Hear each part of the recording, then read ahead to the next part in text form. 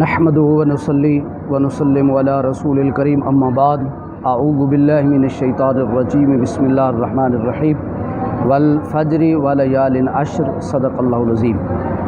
ذی الحج کا مہینہ ان بابرکت مہینوں میں سے ایک مہینہ ہے جس کو قرآن مجید برہان رشید نے حرمت والے مہینے کہے ہیں۔ قرآن مجید برہان رشید نے 4 مہینوں کو حرمت والا مہینہ کہا ہے، منہا اربعۃ حرم۔ ان 4 مہینوں میں سے ایک مہینہ ذی الحج کا مہینہ ہے۔ سورۃ الفجر کی پہلی جو آیات بینات ہیں جس میں اللہ تبارک و تعالیٰ نے ارشاد فرمایا کہ والفجر، اور نماز فجر کی قسم ہے۔ یقیناً روزانہ نماز فجر پڑھی جاتی ہے، تو یہاں پر نماز فجر سے مراد مخصوص اور خاص نماز فجر کی اللہ نے قسم اٹھائی ہے۔ اور مفسرین کرام فرماتے ہیں یہاں پر والفجر یعنی نماز فجر کی قسم، نماز فجر سے مراد جو ہے 10ویں ذی الحج کی نماز فجر کی اللہ تبارک و تعالی نے قسم اٹھائی ہے۔ اور دوسرا آگے فرمایا ولیال عشر، اور 10 راتوں کی قسم ہے۔ اور یہاں پر 10 راتوں سے مراد یکم ذی الحج سے لے کر 10ویں ذی الحج، یعنی یہ جو 10 راتیں ہیں بہت بڑی عظمت اور بڑی برکت والی راتیں ہیں۔ اللہ تبارک و تعالی اگر قسم نہ بھی اٹھاتا تو ایسی ہی بیان پر بغیر قسم کے بھی بیان کر دیتا تو اس راتوں کی عظمت میں کوئی کمی نہ ہوتی، لیکن آپ اندازہ کریں کہ جس بات پر خود ذات خدا قسم اٹھا رہی ہے وہ چیز کتنی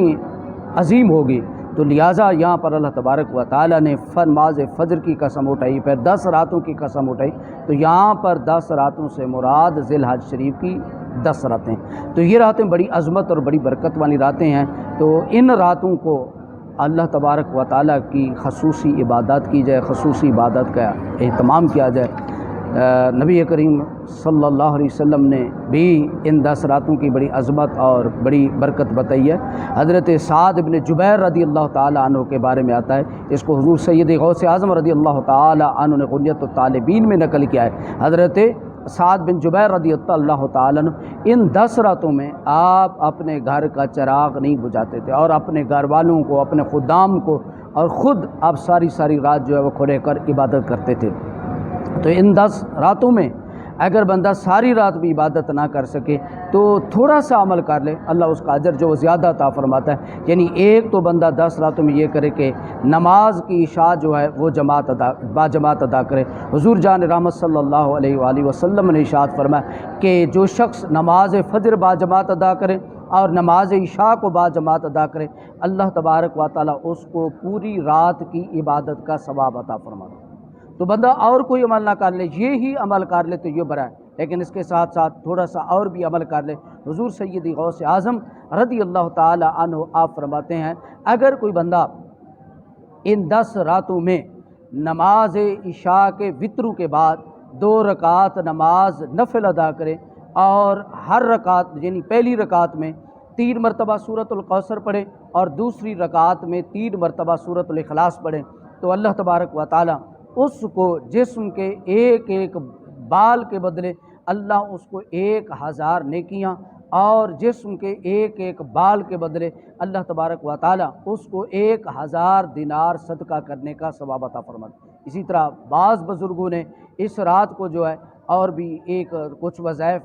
بتائے ہیں، ان میں سے ایک وظیفہ یہ ہے کہ عشاء کی نماز ادا کرنے کے بعد 2 رکعت نماز صلاۃ التوبہ پڑھیں، اور اس کے بعد 1 تسبیح پہلے کلمہ شریف کی، اور 1 تسبیح تیسرے کلمہ شریف کی، اور 1 تسبیح استغفار کی، یعنی استغفر اللہ ربی من کل ذنب واتوب الیہ۔ تو یہ 3 تسبیحاں پڑھنے کے بعد اللہ تبارک و تعالیٰ کی بارگاہ میں جو بھی دعا کرے گا خلوص سے دل کے ساتھ اور اپنے رب کے اوپر 100% یقین رکھتے ہوئے، مال کی کثرت، مال کی، کاروبار کی، جان و مال کی، اولاد کی، جس طرح کی بھی اللہ تبارک و تعالیٰ سے دعا کرے گا، ان برکت اور عظمت والی راتوں کی برکت سے اللہ تبارک و تعالی جو ہے اس دعا کو ضرور قبول فرمائے گا۔ تو کوشش کریں کہ ان 10 راتوں میں آپ کی عشاء کی نماز با جماعت نہ چھوٹے، فجر کی نماز بھی با جماعت نہ چھوٹے، تو اللہ پوری رات کی عبادت کا ثواب عطا فرماتا ہے۔ اور جو میں نے یہ 2 وظائف بتائے ان کو بھی کوشش کریں جو کثرت سے ان کو کریں، اور ان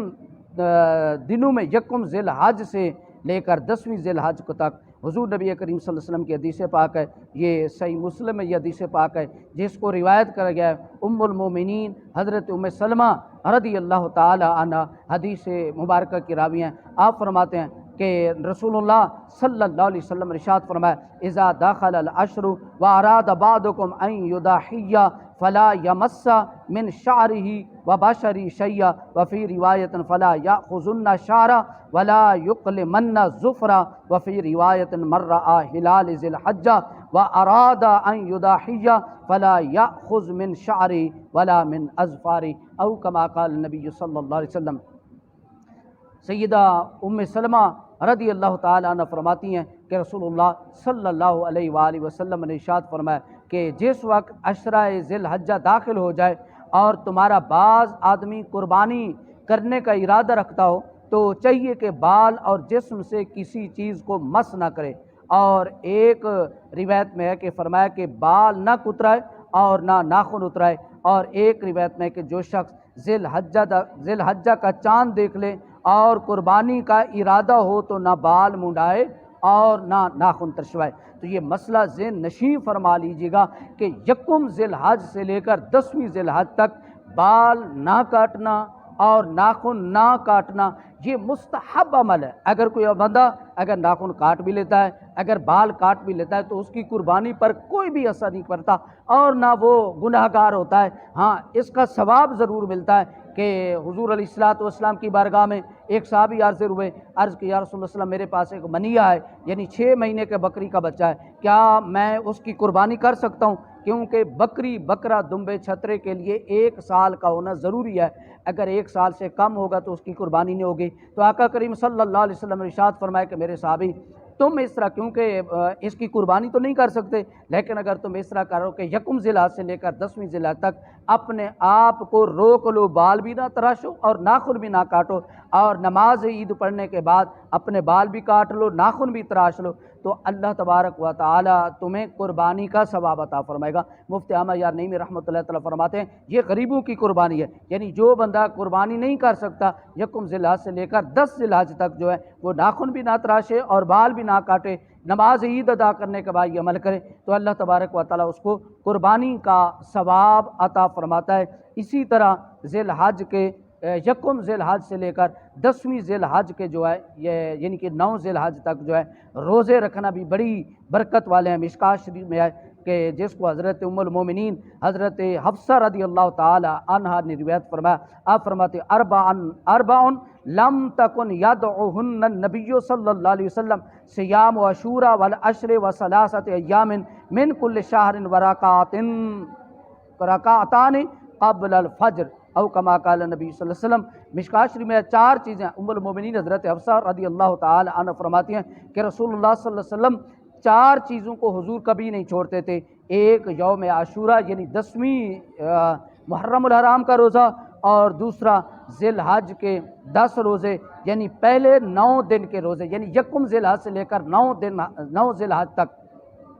آپ صلی اللہ علیہ وسلم روزے رکھتے تھے، اور ہر ماہ کے 3 روزے رکھتے تھے، اور نماز فجر سے 2 رکعتیں حضور کبھی نہیں چھوڑتے تھے جنہیں ہم 2 سنت کہتے ہیں۔ تو یوم عرفہ کا ایک روزہ جو ہے یعنی 9 ذی الحج کے روزے کی بڑی فضیلت ہے۔ حضور نبی کریم صلی اللہ علیہ وسلم نے ارشاد فرمایا جو بندہ یوم عرفہ یعنی 9 ذی الحج کا روزہ رکھے تو اللہ تبارک و تعالیٰ اس کے 1 سال کے پچھلے اور ایک آنے والے سال کے اللہ اس کے گناہوں کو معاف فرما دیتا ہے، یعنی 1